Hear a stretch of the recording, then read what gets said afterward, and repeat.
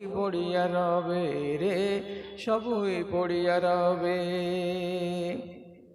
ছেলেরা তোমায় কবরে শোয়াবে, পরায় বস্ত্র সাদা কাফন। পথিকের বেশে হয়েছে তোমার এ ধরায় আগমন। সাজ সকালে এত ছুটাছুটি, কেন বা কিসের নেশায়? সম্বল কিছু করো না জোগাড়, বসে আছো কার আশায়? বিচারের দিনে পাশে দাঁড়াবে না, বিচারের দিনে পাশে দাঁড়াবে না কেউ তো আপনজন। পথিকের বেশে হয়েছে তোমার এ ধরায় আগমন। সব কিছু ফেলে চলে যাবে তুমি, আসিলে মরণক্ষণ রে, আসিলে মরণক্ষণ।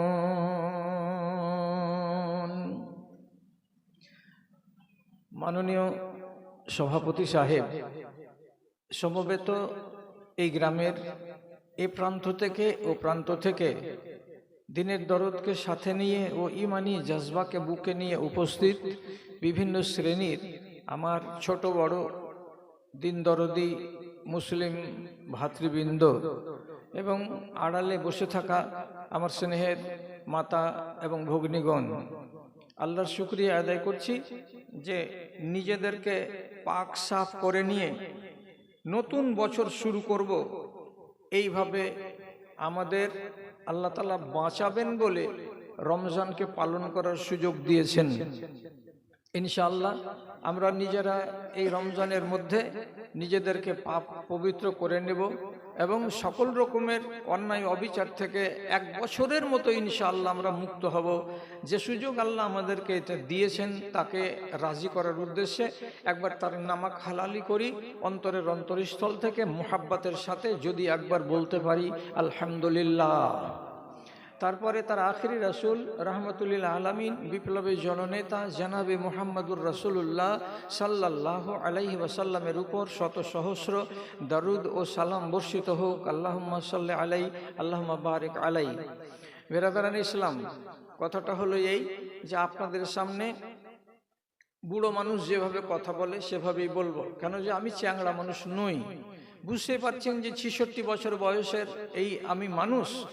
তো আপনার সামনে যে কথাগুলো বলবো সেই কথাগুলো খুব কাটা কাটা কথা, ছোট ছোট কথা, কিন্তু আপনার মগজে আটকা থাকবে, এটা আমার বিশ্বাস।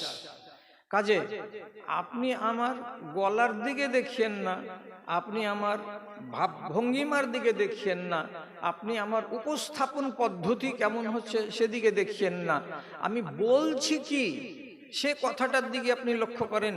আর সেইটিকে যদি হেফাজত করেন তা আমি দাবি করে বলতে পারি ইনশাআল্লাহ আপনার কাজ দিবে। কি কথা বলছি আপনাকে, এইবার আমার দিকে দয়া করে খেয়াল করুন মায়েরা এবং ভাইরা, উভয় পক্ষকে বলছি, গল্প করিয়েন না আপোষের ভেতরে। গল্প করার চাইতে বাইরে দাঁড়িয়ে থাকা বা চলে যাওয়া অনেক ভালো। গল্প করিয়েন না মজলিসে এসে, এটা আল্লাহর কসম, আমি অনুরোধ করছি আপনাদের কাছে। কথা কি বলতে চাইছি, গোড়াতে একটা কথা আপনাকে শিখিয়ে দিই। পৃথিবীতে এক প্রাণী যার আক্কেল আছে এবং মুখে বলি আছে, জীবনে কোনোদিন পাপ করে না, জীবনে কোনোদিন একটা পাপ করে না।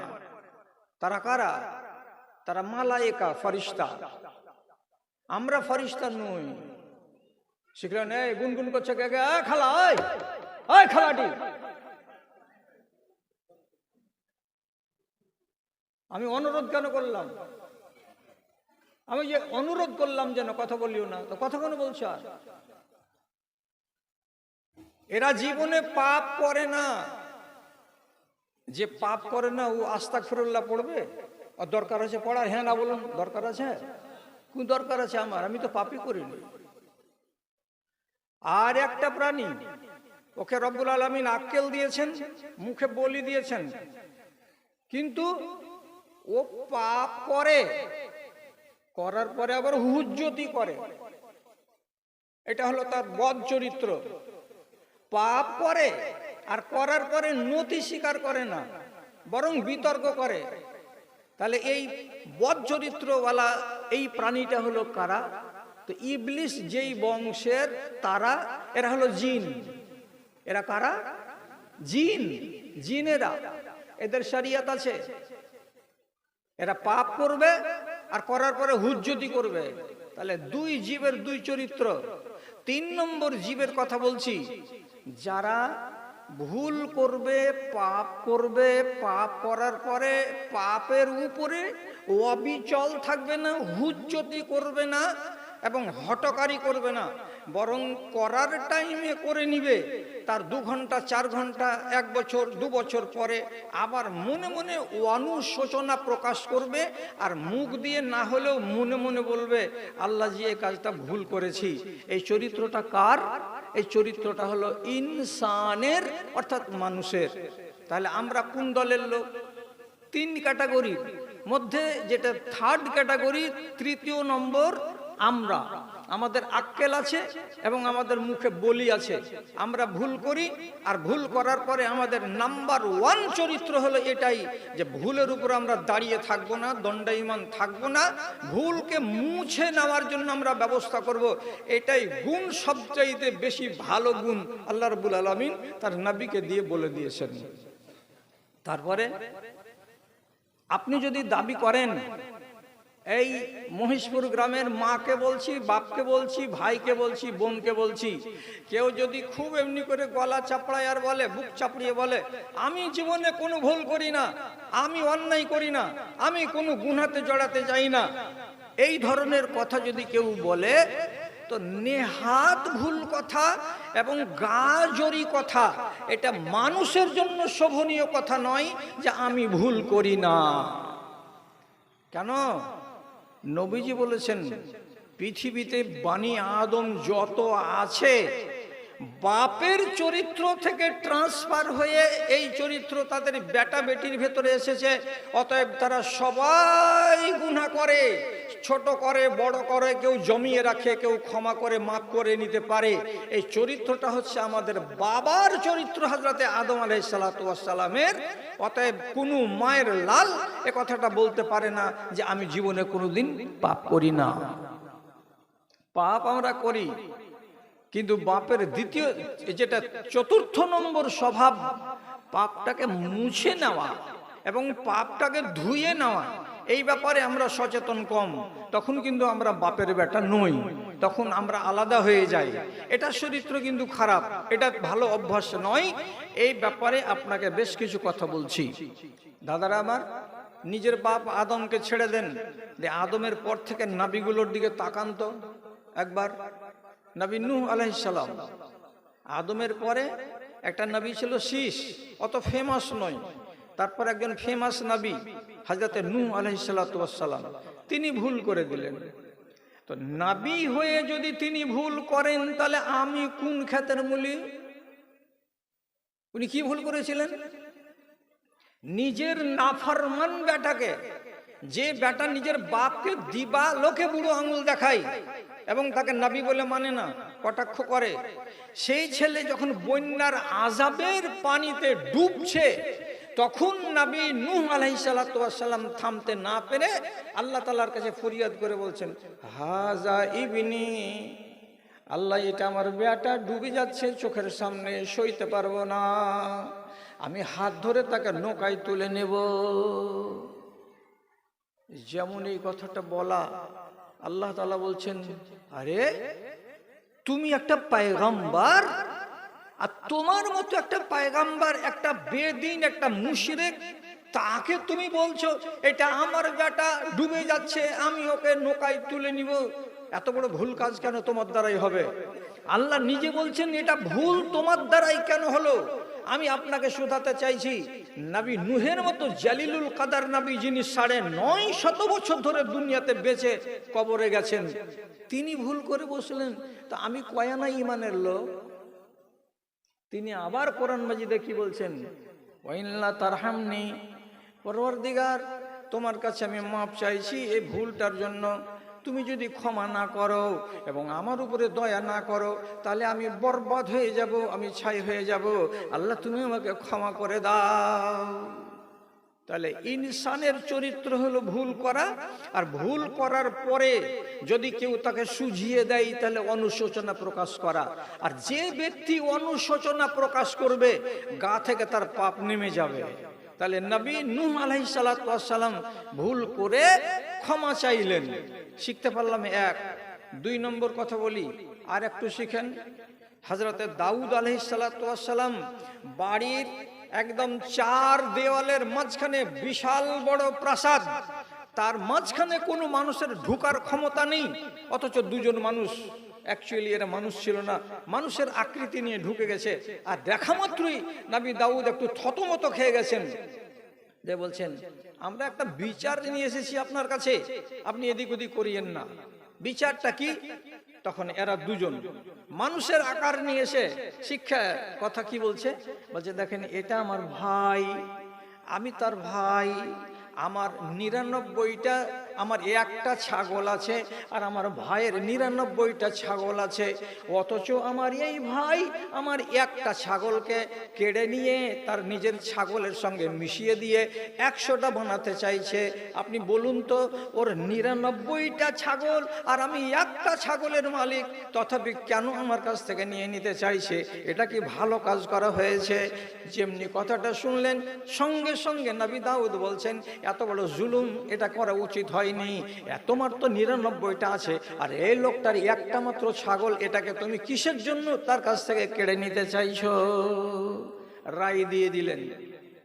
যেমনি রায় দিয়ে দেওয়া, আল্লাহ রাব্বুল আলামিন বলছেন এই তোমাকে নবী করে পাঠিয়েছি, তোমার এটাই বিবেক, এক পক্ষের কথা শুনলে আর আরেক পক্ষের কথা শুনলে না।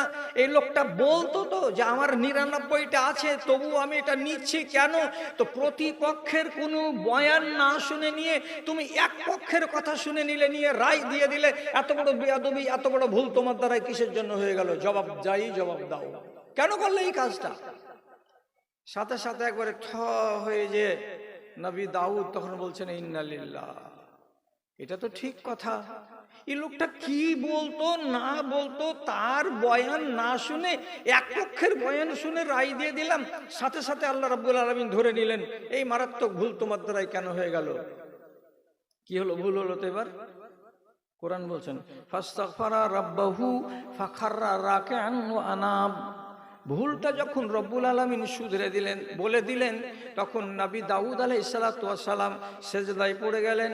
আর যাওয়ার পরে পরওয়ারদিগারকে ডেকে বলছেন রব্বে কারীম, আমি ভুল করেছি, এর জন্য আমি অনুশোচনা প্রকাশ করছি, তুমি আমাকে মাফ করে দাও। মাফ হয়ে গেল। তাহলে এত বড় নবী তিনি ভুল করলেন, আপনি কথা বলুন ভুল করে কি বসেছিলেন না ভুলটা মার্জনার জন্য কোনো পদক্ষেপ করেছিলেন? এটা হলো বড় কথা, আপনাকে শিখাবার জন্য এটা দিলাম। আপনি আপনার মেমোরিতে হেফাজত করুন এই কথাগুলোকে।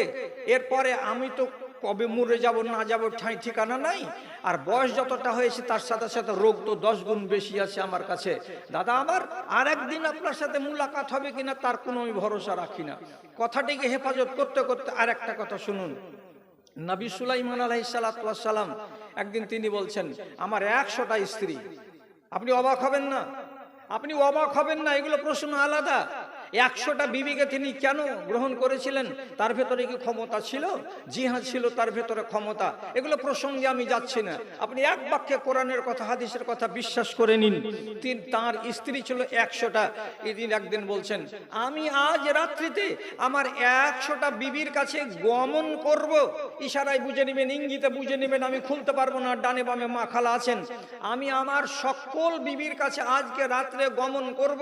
প্রত্যেকটা স্ত্রী গর্ভবতী হবে এবং প্রত্যেকটার পেট থেকে একটা করে বেটা সন্তান পয়দা হবে। এই প্রত্যেকটা বেটা আমার আগামী দিনে আল্লাহর পথের সৈনিক হবে। এই কথাটা বলে তিনি নিজের সংকল্পকে পূর্ণ করে দিলেন। ভুল হয়ে গেল মারাত্মক। 9 মাস পরে একটি মাত্র বিবির পেট থেকে একটা মাত্র বাচ্চা পয়দা হলো। বাকি 99টা বিবির মধ্যে 98টা বিবির পেট থেকে একটাও বাচ্চা পয়দা হলো না। আর যে বাচ্চাটা পয়দা হলো একটা বিবির পেট থেকে, ওর শরীরে হাড় হাড্ডি আছে কিনা কিছু বুঝাই যায় না। রাখছে তো কাদার মতো এলিয়ে যাচ্ছে, গলে গলে পড়ে যাচ্ছে, কিন্তু আকারে মানুষ। এইটাকে নিয়ে এসে কোনো লোক নবী সুলাইমানের কুরসির উপরে রেখে দিলেন, যেই কুরসির উপরে বসে তিনি সিংহাসন চালাতেন।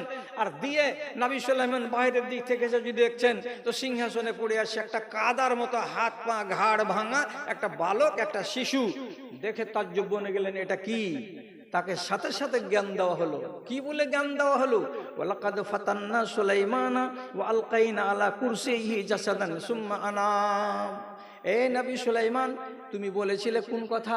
আমি আজকে রাত্রে আমার 199টা বিবির কাছে গমন করব, তার প্রত্যেকটাই গর্ভবতী হবে আর প্রত্যেকেই একটা করে বেটা সন্তান জন্ম দেবে, তারা আল্লাহর পথে সৈনিক হবে। কিন্তু তুমি নিজের বাহাদুরির কথাটা বলেছো বটে, কিন্তু আমি আল্লাহ, আমাকে সঙ্গে নিয়ে কথা বলনি। অর্থাৎ তোমার বলা দরকার ছিল ইনশাআল্লাহ। এটা এত বড় ভুল তোমার দ্বারাই কেন হলো? তোমার এই ভুলটাকে সংশোধন করার জন্য, তোমার মগজের তালাটাকে খুলে দেওয়ার জন্য এই দেখো একটা আপুরা ছেলে দিয়েছি, তোমার কুরসির উপরে রাখা আছে, তুমি ছেড়ে দাও কুরসি, দিয়ে ছেলেটাকে দিয়ে দাও। এর দ্বারা যদি তোমার রাজত্ব চলে তো চালাও, আর না চলে তো তুমি ভাবনা চিন্তা করো। বুঝতে পেরে নিলেন পরওয়ারদিগার আলম আমার দ্বারাই ভুল হয়ে গেছে। সাথে সাথে তিনি বলছেন ফাস্তাগফারা রাব্বাহু, হে আমার মালিক আল্লাহ, আমি ভুল করেছি, ভুলটাকে আমি জিয়ে রাখতে চাই না, তোমার কাছে ক্ষমা প্রার্থী। আল্লাহ রাব্বুল আলামিন তুমি আমাকে ক্ষমা করে দাও।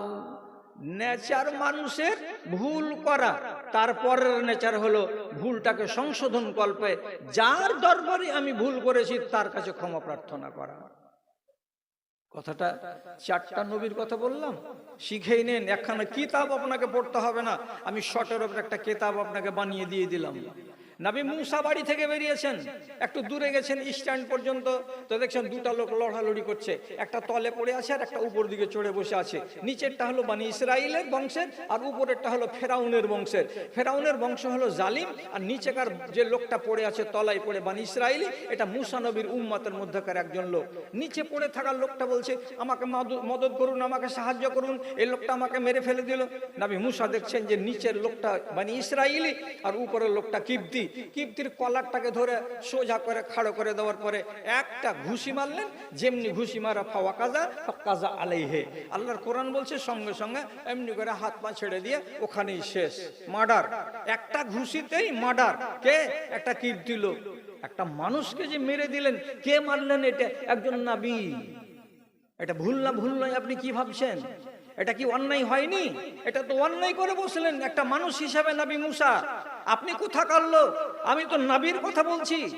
নবী মুসা এত বড় মারাত্মক ভুল করে বসলেন, শেষের বেলায় উনি বুঝে নিলেন যে আমার দ্বারাই ভুল হয়ে গেছে। আল্লাহর কোরআন বলছে ফাস্তাগফারা রাব্বাহু ফাগাফারা লাহু।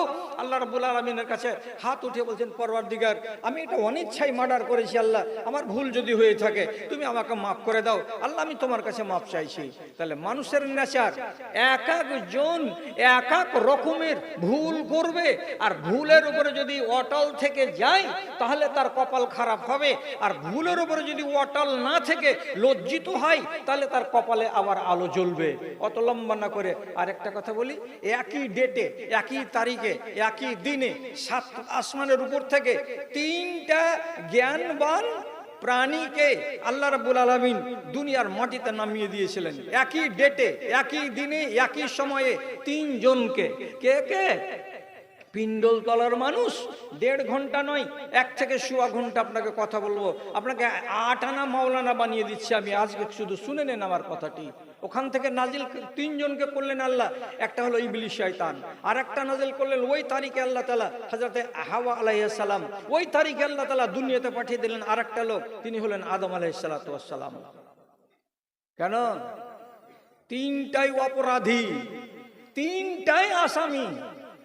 2টা আসামিকে আল্লাহ তাআলা মাফ করে দিয়েছেন, আর একটা আসামিকে আল্লাহ রাব্বুল আলামিন মাফ করেননি। করেননি তো কোথায়? লম্বা করে জানার দরকার নেই, শর্টের উপরে বলছি। যখন সেজদা দিল না ইবলিস শয়তান, তখন আল্লাহ তাআলা বললেন তোমাকে বললাম তো সিজদা কেন দিলে না? তখন ব্যারিস্টারি করে বলছে কি আনা খায়রুম মিনহু, আমি আদমের চেয়ে উত্তম। মাটির তৈরি আদম পায়ের তলায় গড়াগড়ি যায়, আর আমি আগুনের তৈরি, আমি উপর দিকে উঠি, তো অতএব আমি তাকে সেজদা দেব না। আল্লাহ রাব্বুল আলামিন বললেন হটকারি করছো, জেদ করছো, ভুল করার পরে আবার তুমি গলাবাজি করছো আমার সামনে। কোনো উত্তর না দিয়ে যখন ব্যারিস্টারি করলাম, আল্লাহ রাব্বুল আলামিন বললেন গুনাহ করার পরে যে জেদ করবে তাকে ছেড়ে কথা হবে না, অতএব তোমাকে এটাই পানিশমেন্ট দেওয়া হলো, ফাখরুজ ইন্নাকা রাজিম, এখান থেকে বেরিয়ে যাও, জুত্তাখোর হয়ে বেরিয়ে যাও, লাঞ্ছিত হয়ে বেরিয়ে যাও, তোমাকে ঝাঁটাখোর করে আমি এখান থেকে তাড়িয়ে দিলাম।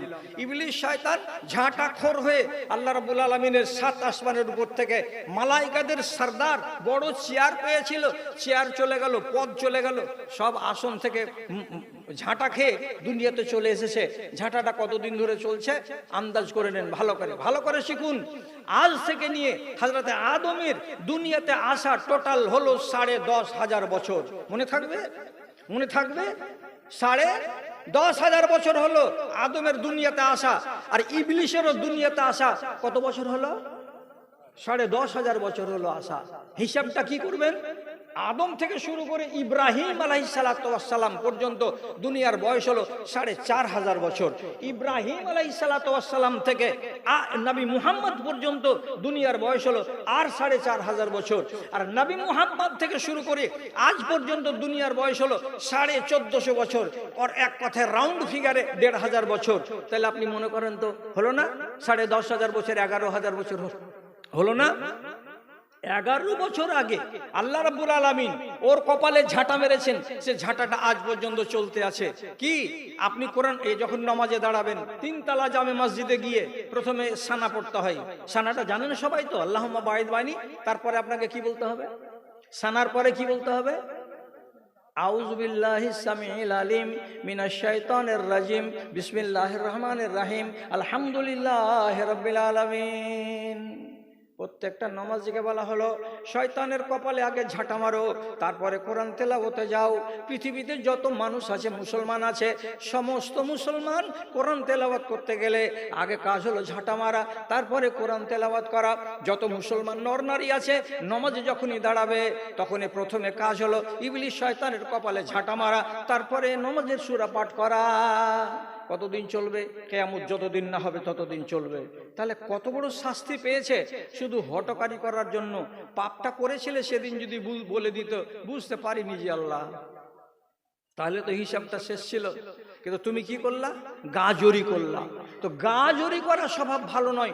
আল্লাহ তাআলা সূরা সাজদার ভেতরে বলছেন ইন্না মিনাল মুজরিমিনা মুনতাকিমুন, যারা আসামি হবে আসামির কাছ থেকে বদলা আমি চুকিয়ে নেব, হয় দুনিয়াতে চুকিয়ে নেব আর না হয় আখিরাতে চুকিয়ে নেব। আমি ছেড়ে কথা বলবো না। যে ব্যক্তি আসামি হবে, আল্লাহর আইনকে যে অমান্য করবে সে হলো আসামি, আর আসামিকে সাজা দেবই দেব, তাকে ছেড়ে দেওয়া হবে না। এ কথাটার উপরে যদি আপনাদের সবকটি ভাইয়ের আর সবকটি মায়ের বিশ্বাস থাকে, তাহলে আপনাকে একটু শান্ত মনে ভাবতে বলছি, শান্ত মনে ভাবতে বলছি। কি কথাটা? কোন মানুষকে আল্লাহ তাআলা চোখের সামনে বাঁদর বানিয়ে দিয়েছেন। আপনারা এর আগে শুনেছেন না শুনেননি? বলুন হ্যাঁ না শুনেছেন তো? এরা কারা? এরা দাউদ নবীর কওম। যখন নবী দাউদ মসজিদে দাঁড়িয়ে খুতবা দিতে খাড়া হতেন, আল্লাহর কিতাব পড়তেন, তার নাম হলো জাবুর। এত মিষ্টি সুর ছিল যে এই জাবুরের তিলাওয়াত শোনার জন্য ইলিয়া নদী থেকে এই বড় বড় 10 কেজি আর 20 কেজির কাতলা রুইর মাছ এসে মুখটাকে খুলে দিয়ে এমনি এমনি করে আও আও আও আও করতো, আর যতক্ষণ খুতবা চলতো ততক্ষণ তারা তেলাওয়াত শুনতো। এই মাছগুলো যখন লোভ হয়ে গেল, তো একজন আর একজনকে বলছে, জমশেদ চাচা এত বড় মাছ বাপ কালামে দেখেছ, এই মাছে না মারলে হবে না। এই 1 জুমা গেল, 2 জুমা গেল, নবী দাউদ জানতে পারলেন আমার উম্মতিরা কিন্তু মাছ মারবে। তখন 3রা জুমার দিন উনি জুমার মসজিদে খুতবা দিয়ে বলছেন, ওই আমার লোকেরা, তোমরা একটা কথা বলো তো, আমরা হলাম ইহুদি জাতি, আমাদের উপরে রব্বুল আলামিন শনিবারের দিন জুমা ফরজ করেছেন, আর ঈসাই যারা খ্রিস্টান তাদের জন্য রবিবারের দিন জুমা ফরজ করা হয়েছে, আর আমরা মুসলমান আমাদের জন্য শুক্রবারের দিন জুমাকে ফরজ করা হয়েছে। আসল জুমা হলো শুক্রবার, আর ওরা পায়নি আসল জুমাকে, তথাপি তারা শনিবারে পড়েছে, তথাপি তারা রবিবারে পড়ে যায়। তো শুনো তো বাবা, তোমরা দেখতে পাচ্ছ তো এই মাছগুলো কোনোদিন সোমবারের দিন আসে যে না, এই মঙ্গলবারের দিনে মাছগুলো কখনো আসে না? আসে না। বৃহস্পতিবার শুক্রবার আসে না? আসে না। তাহলে কি বারের দিন আসে? বলছে শনিবারের দিন মাত্র আসে। তাহলে তোমরা বুঝতে পারো না যে শুধু শনিবারের দিন জুমার খুতবার টাইমে আসছে আর বাকি টাইমে আসে না? তাহলে এই কথাটা তোমরা তো যখন বুঝতে পারছো, আমি তোমাদেরকে জোড়হাত করে বলছি, বাবা ধনেরা, খবরদার এই অবলা প্রাণীকে মারিও না। যদি তোমরা শুক্রবারের দিন আসা খুতবা শুনতে আসা মাছকে মেরে দাও, তাহলে আল্লাহ তোমাদের উপরে নারাজ হবে, তোমাদের উপরে আযাব চলে আসবে, তোমাদেরকে মাপ দেওয়া হবে না। 2-3 জুমা সবুর করে থাকলো। আর একবারের জুমার ব্যাপারে, জুমার দিন বাঁধের ব্যাক সাইডটাকে বানা দিয়ে ঘেরে নমাজ রোজা করে নেওয়ার পরে তাড়াতাড়ি করে সব বেরিয়ে বলছে মাছ মারতে শুরু কর। একজন দেখিয়ে দেয়, আর একজন নেমে পচকা মারে, একজন জাল ফেলে, আর কিছু কিছু লোক রোডের কিনারে দাঁড়িয়ে দাঁড়িয়ে দাঁড়িয়ে খালি দাড়ি থেকে নাড়ে আর বলে সুবহানাল্লাহ সুবহানাল্লাহ, তোরা মাছ মারছিস, তোরা মাছ মারছিস, সুবহানাল্লাহ। তাহলে 3 প্রকারের লোক নদীর কিনারাতে দাঁড়িয়ে দাঁড়িয়ে 3 রকম কাজ করেছে। একগুলো মাছ মেরেছে, আর একগুলো লোক মাছ দেখিয়ে দিয়েছে, আর একগুলো লোক নীরব দর্শক হয়ে রাস্তার কিনারায় দাঁড়িয়ে দাঁড়িয়ে থেকেছে। আল্লাহ তাআলা স্পষ্ট করে বলে দিলেন, বাংলা কোরআন মাজিদ এই গ্রামের লোকের কাউরি বাড়িতে আছে?